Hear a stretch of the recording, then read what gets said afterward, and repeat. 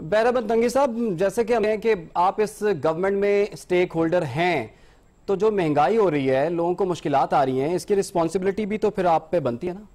अभी जब मैं इत्तेहादी हूँ इस हुकूमत का, और पीपल्स पार्टी भी इतने जिम्मेदार है जितने बाकी जमातें हैं,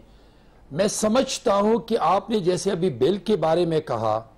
मैं बिल्कुल as a senator of Pakistan Peoples Party और एज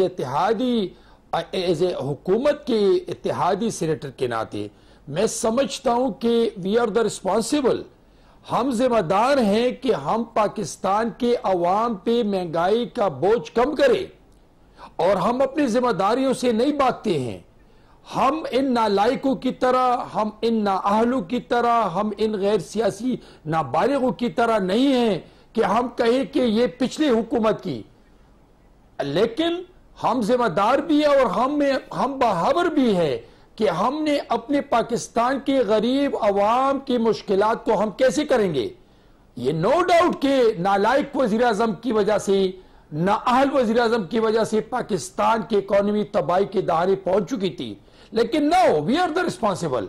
हमें ऐसी स्ट्रेटेजी बनानी चाहिए जो कि अभी बिजली का बिल हो या गैस का बिल हो या पेट्रोल की कीमत है या रोजमर्रा अशिया की जो कीमतें हैं उसको कम करने के लिए इस वक्त पाकिस्तान की मौजूदा हुकूमत मेहनत करते हैं। जैसे अफनानुल्लाह ने कहा, इंशाल्लाह विद इन 2-3 मंथ्स में ये रिजल्ट आना शुरू हो जाएंगे। लेकिन इस वक्त जो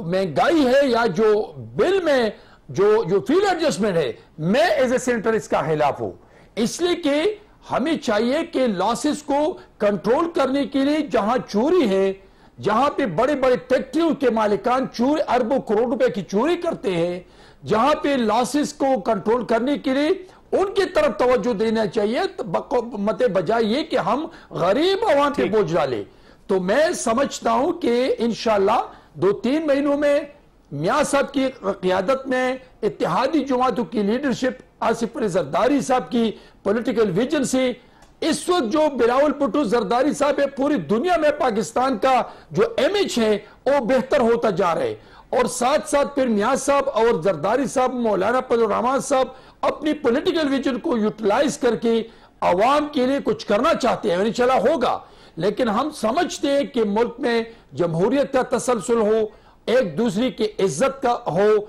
बड़े छोटे का एहतराम हो।